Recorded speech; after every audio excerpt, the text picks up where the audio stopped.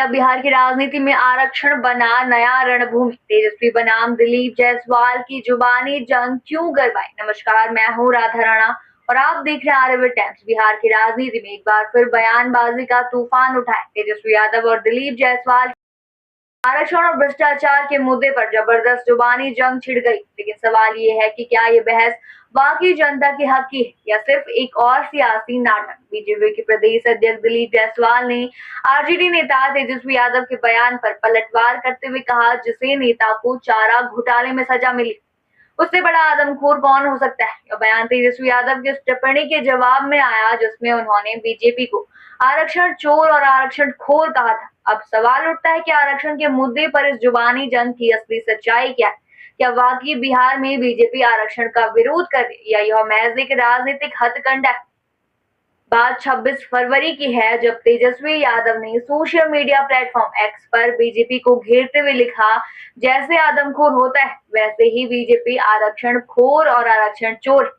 बस फिर क्या था, बिहार की राजनीति में सियासी तूफान आ गया। बीजेपी की ओर से जवाब आया दिलीप जायसवाल का, जिन्होंने सीधे तेजस्वी यादव और उनके परिवार पर निशाना साधते हुए कहा, जिस पार्टी ने हमेशा आरक्षण का विरोध किया वही आज हमें ज्ञान दे रही। बिहार की राजनीति में आरक्षण हमेशा एक बड़ा मुद्दा रहा, जहां आरजेडी खुद को पिछड़ों और दलितों का मसीहा बताती, वहीं बीजेपी इसे विकास की नई नीति के रूप में पेश करती। लेकिन सवाल ये है कि क्या आरक्षण को लेकर दोनों पार्टियां ईमानदार हैं या फिर से सिर्फ सत्ता की राजनीति?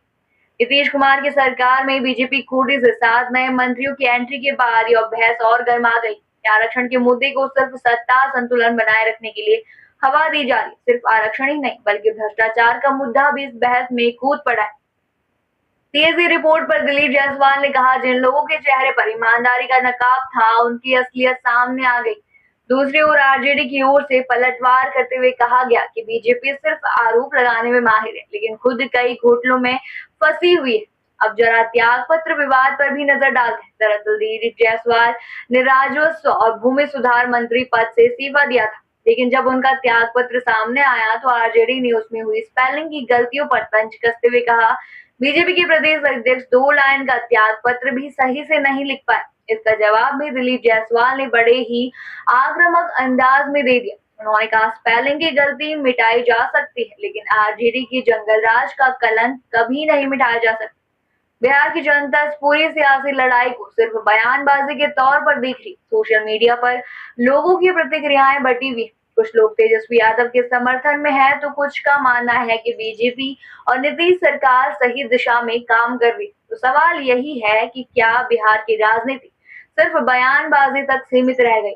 क्या आरक्षण और भ्रष्टाचार जैसे गंभीर मुद्दे सिर्फ राजनीतिक हथियार बनकर रह गए? क्या इन नेताओं की बहस से बिहार के आम आदमी को कोई फायदा होगा या यह सिर्फ चुनावी शतरंज का एक और मोहरा है? अब देखना यह होगा कि यह बहस आगे और कितनी गर्माती और इसका असली असर बिहार की जनता पर क्या पड़ता है।